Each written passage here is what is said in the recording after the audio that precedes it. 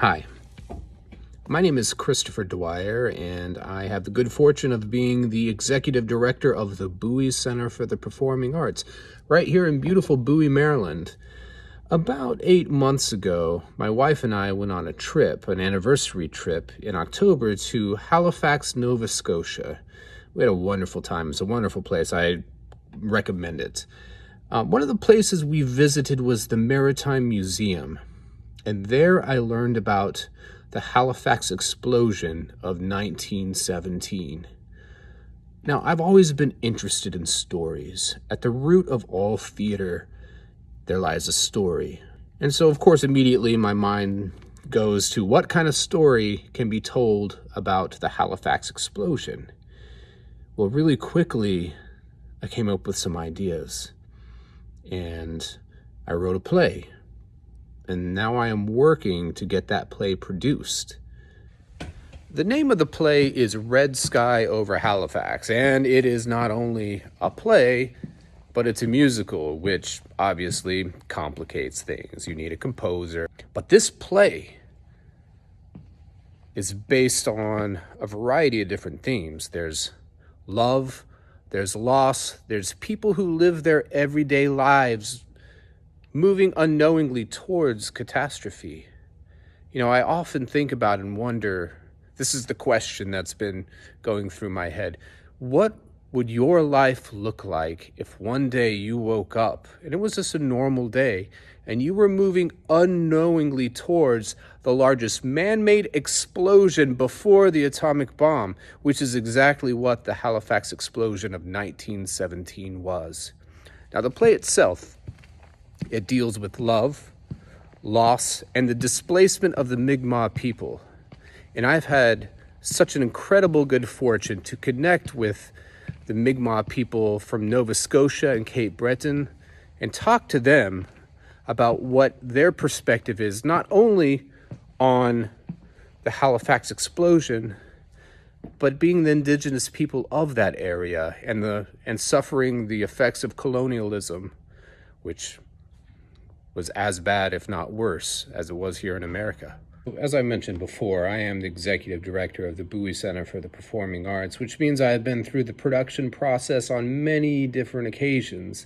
And leading up to being the executive director, I was a Shakespeare director, I was a Shakespeare actor, I was a modern actor, I went to graduate school for theater, I went to undergraduate school for theater. You know, I'm 45 years old, and I think it's safe to say that I do have production experience, and I have even written plays before. This is different. This is different, and it's different because there is a historical event that affected so many people, and there's a national history behind it. So the question is, why is a guy from Maryland writing a play about an event that happened in Halifax in 1917? And the answer is, and it goes back to what I talked about earlier, it's about stories. Universal stories. Stories that find you and have a way of coming out. You know, this story isn't about the explosion itself. It's about the people who lived in Halifax, the dock workers, the bartenders, the sea shanty singers, the Mi'kmaq people.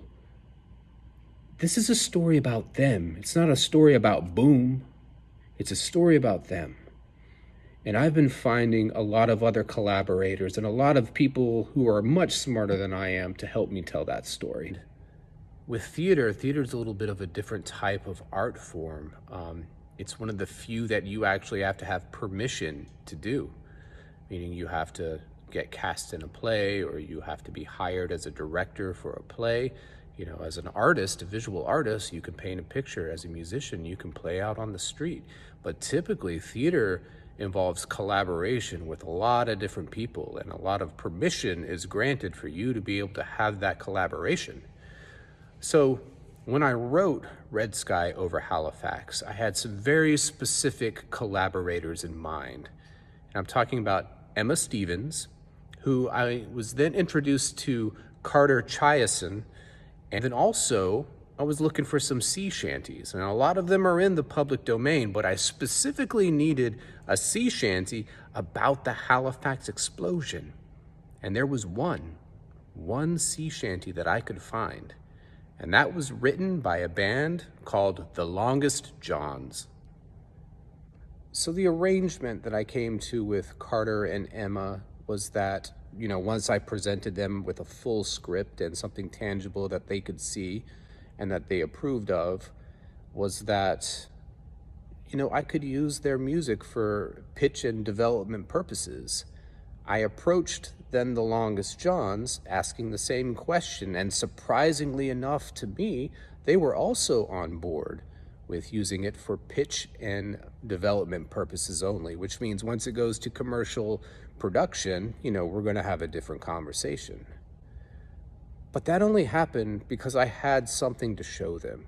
If I came to them just speaking off the cuff with my own ideas, that might have been nice. I would have had to be really convincing, but it is not as strong a pitch unless you have something you can actually show them.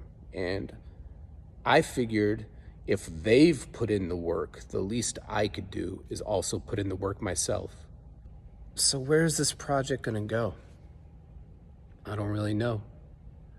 But I know that I'm gonna try my best to continue to develop the script. I've had one reading, and now I am working towards a workshop presentation, grant supported, on September 13th of this year. And I'm going to be putting this production together with the hope that this thing has a proof of concept, because that's exactly what the workshop is for. It's not a full production of people going on and off stage with scenic elements. No, it's on book, it's musical, and the idea is to prove to perhaps some larger producing entities that this is a viable show, that this show exists more than just in printed form. And then you have to see how theatrically an explosion of that magnitude can happen on stage.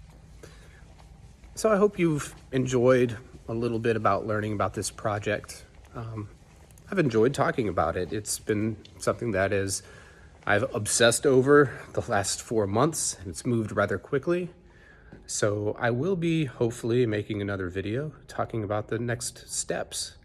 But until then, if you're thinking about writing a play or you're thinking about working with collaborators, just get something on the page, okay?